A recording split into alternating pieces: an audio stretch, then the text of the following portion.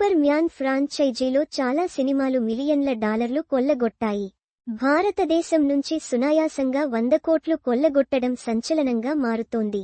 ప్రపంచవ్యాప్తంగా అసాధారణ వసూళ్లను సాధించడంలో ఈ ఫ్యామిలీ సినిమాల తర్వాతే ఇంకేవైనా. పిల్లలు పెద్దలు, మాస్ క్లాస్ అనే తేడా లేకుండా అన్ని వర్గాలను అలరించే సూపర్ మ్యాన్ సినిమాలకు ముగింపు లేదని సూపర్ మ్యాన్ రీబూట్ ప్రకటనతో క్లారిటీ వచ్చింది. ఈ అడ్వెంచర్ మూవీకి సంబంధించిన క్లిప్ని ఇంతకుముందు దర్శకుడు జేమ్స్ గన్ విడుదల చేయగా అభిమానుల్లో కొత్త ఉత్సాహం మొదలైంది. ఇప్పుడు అమెరికా లాస్ వేగాస్ కామిక్ కాన్లో సూపర్ మ్యాన్ రీబూట్ ఫుటేజ్ని రిలీజ్ చేయగా ఇది సంచలనంగా మారింది. డిసి స్టూడియోస్ అధినేత James Gunn Superman reboot sneak peek క్లిప్ను విడుదల చేశారు.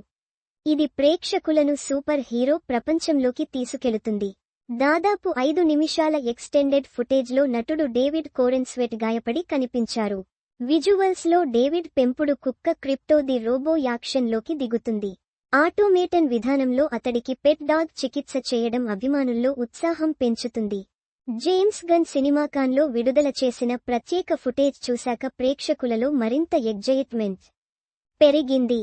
దాదాపు 5 నిమిషాల ఫుటేజ్లో నటుడు డేవిడ్ కోరెన్స్వెట్ మంచుతో కప్పి ఉన్న ప్రకృతిలో గాయపడి కనిపించాడు. అతడు తన పెంపుడు కుక్క క్రిప్టోను పిలుస్తాడు. పెట్ డాగ్ను ఇంటికి తీసుకెళ్లమని అడుగుతాడు. ఆపై పెంపుడు కుక్క క్రిప్టో అతడిని స్వగృహం ఫోర్ట్రెస్ ఆఫ్ సాలిట్యూడ్ కు లాక్కెళుతుంది. అక్కడ ఆటోమేటన్ల బృందం అతనికి 14 ఫ్రాక్చర్లు దెబ్బతిన్న అవయవాలకు చికిత్స చేస్తుంది. ఫోర్ట్రెస్ ఆఫ్ సాలిట్యూడ్ అనేది డిసి కామిక్స్లో సూపర్ మ్యాన్కి చెందిన పాపులర్ మంచు గుహ. ఈ క్లిప్లో హీరో సౌరశక్తితో చికిత్స పొందడం ఆసక్తిని కలిగిస్తుంది. చికిత్స సమయంలో అతడు నొప్పితో అరుస్తాడు. ఒకే ఒక్క టీజర్తో కిక్కు తెచ్చారు. మునుముందు ట్రైలర్తో ఇంకా రక్తి కట్టించబోతున్నారు. జూలై 11న థియేటర్లలోకి ఈ సినిమా విడుదల కానుంది.